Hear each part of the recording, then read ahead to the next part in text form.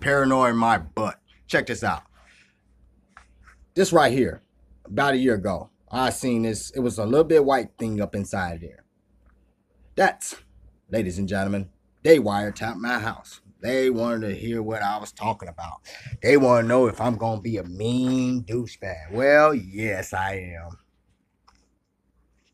I am. I'm going to be a mean douchebag. Yeah, you ain't got to worry about me doing you harm unless you try to do me harm. Remember me saying that? Yeah. You remember that. That's why you sent a douchebag back in my house in July this year to shoot up my house. It took you 20 minutes to respond to that. Care to explain why it took you 20 minutes? That's all right. You ain't got to explain to me. I already know why it took you 20 minutes. Because here's why. I just did a Freedom of Information Act, and you gave me some crime scene photos. I asked for that 911 tape, but you said you couldn't find it. Or you said they only keep it for a year. Y'all so stupid. Y'all some stupid people. You really are. Not only you are crooks, you're bad crooks. Here's why. When you made those crime scene photos that you sent me, I was happy when I got them first time. I was like, yeah, I'm gonna put this in my book. Guess what? I'm still gonna put that in the book, but I'm gonna put a reference to it. Fake photos from the Grand Rapids PD. Now, Dan, you don't know if they fake. Don't keep telling me what the hell I don't know. This is why I know it was fake, because that what happened that night was very significant to me. Very significant. I can close my eyes and I can still see. I go over and over and over again in my head about that window.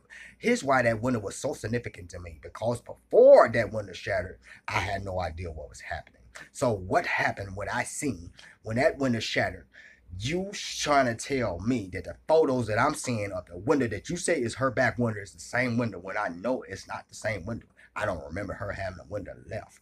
You gonna show me some window with a little bit glass. Now, if they was trying to shoot her, why didn't they go down the street to her? A 30 feet down the street where I'm at, standing right in front of me. If he was trying to shoot her, why couldn't he just creep on 30 minutes? By the time he would have made it to her, I'd probably be down, Lane Street, slow they was going.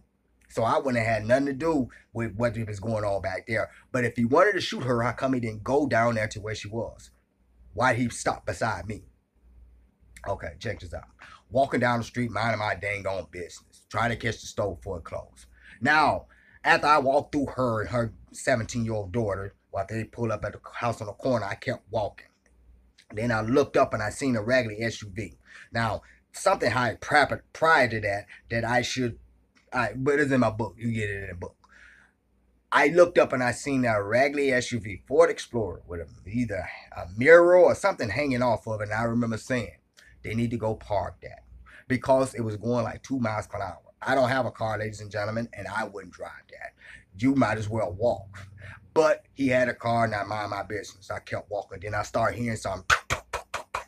Now, it didn't make any difference because it was around 4th of July, so it's all kinds of stuff going off in the sky. You ain't gonna hear you hear pops and it ain't gonna make no difference. But what did make a difference was the sound of bullet hitting wood. So I kind of glanced my head over to see the bullet hit woods. Ladies and gentlemen, they found bullets on the house behind that house. Okay, how you gonna find bullets on that house down to 30 feet down the street, but not the bullets that I heard hit the house beside me? That's going to be significant. If I got enough time on this video, I'm going to bring that up again. Okay, once I looked and seen, then I got hit in my right side, and it hit me so hard it turned my whole body around. Either it turned my whole body around, or the Lord picked me up and turned me around. Didn't have time to even contemplate what's going on, because I got hit 4 more times on my left side. I know I said right side in my other video, but I was being distracted around all them church people, going to church back and forth, looking, seeing, being nosy and everything. Okay, once it hit me on my side 4 times, it thumped me in my chest. When they thumped me in my chest, I looked up and that SUV, that same raggedy SUV. Now, granted now, if you walking down the street and all of a sudden some dude just start dancing on the sideline, would you stop for it? But I wouldn't if you had, driving a 2 miles per hour car. It'd probably take you forever to get back up to that speed. But I can see how somebody would stop to see what's wrong with that fool. So when I looked up and I seen that SUV had stopped, I can only assume that whatever's happening to me, they was doing it. That's exactly what I said. Whatever's happening to me, they causing it. And I kind of pointed at them. It was like the Lord was like, he still don't know what's happening. So then I seen something. See, I couldn't see inside of the SUV. First, 1984, it was the darkness. Now God did another thing. He used fog. She couldn't see it either. I asked her, did she see inside of it? She said she couldn't see it because it was white. So I wasn't the only one to see that. So, but what I seen come out of that SUV, I couldn't tell what it was, but it was riding so slow. I was amazed. I wanted to see what it was. I wanted one because that's how cool it looked. But then another one came out behind it. Then a third one came out behind it. Then the first one stopped. Then the second one stopped. Then the third one stopped. Then they shook. Okay, ladies and gentlemen, when they stopped, I recognized this was the Lord. I didn't know what he was doing, but I knew it was the Lord because man can't make nothing that stop that perfect.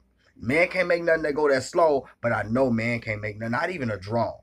So even though I looked behind those three things and I seen trail of bullets behind each one of them, but what was in the front didn't look like bullets, looked like quarters. So it was throwing me off. I still didn't get what it was. But when they stopped, I stepped forward. Then they vanished. I didn't trip because I didn't have time to trip because another one came out. But it went different direction. And I followed it with my eyes. How can I follow that bullet? It was just going that slow. Now that looked like a bullet. But then it vanished. And then the bottom half of her window exploded. Now let's take science class real quick. Okay, you take out the bottom half of a device, of a piece of something. You take out the bottom half, it goes away. What would happen to the top? What would happen to the top, ladies and gentlemen? Gravity was set in.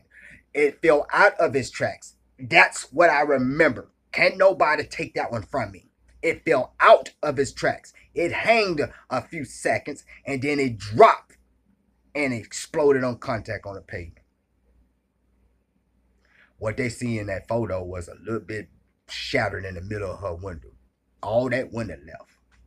Now, when I got that photos, there was some shattered on her side window. And I remember asking her, did she remember that? Then I said, you know what I think happened? God's power was so strong, it shattered your side window at the same time. Not knowing if it was that powerful, she and her daughter would have felt that. They probably would have got glass in them from that kind of power.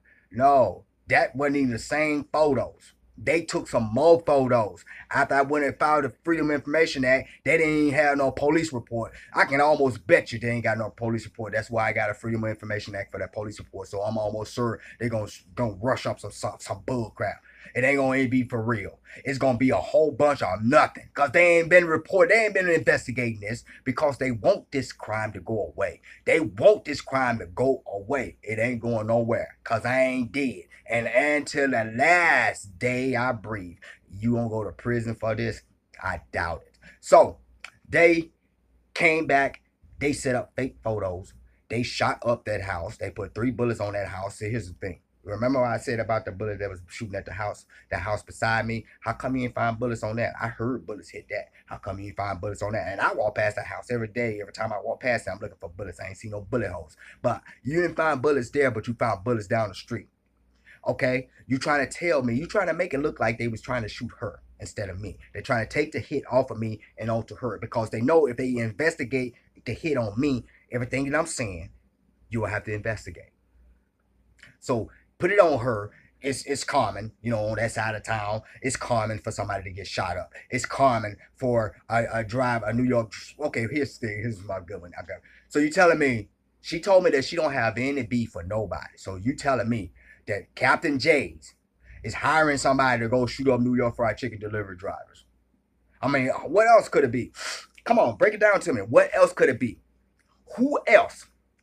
What kind of person goes around shooting innocent females, delivering chickens, trying to make some money to feed their family? What kind of person does that? Unless it's gang related or drug related. It was neither one of those. And Captain J's didn't have nothing to do with this.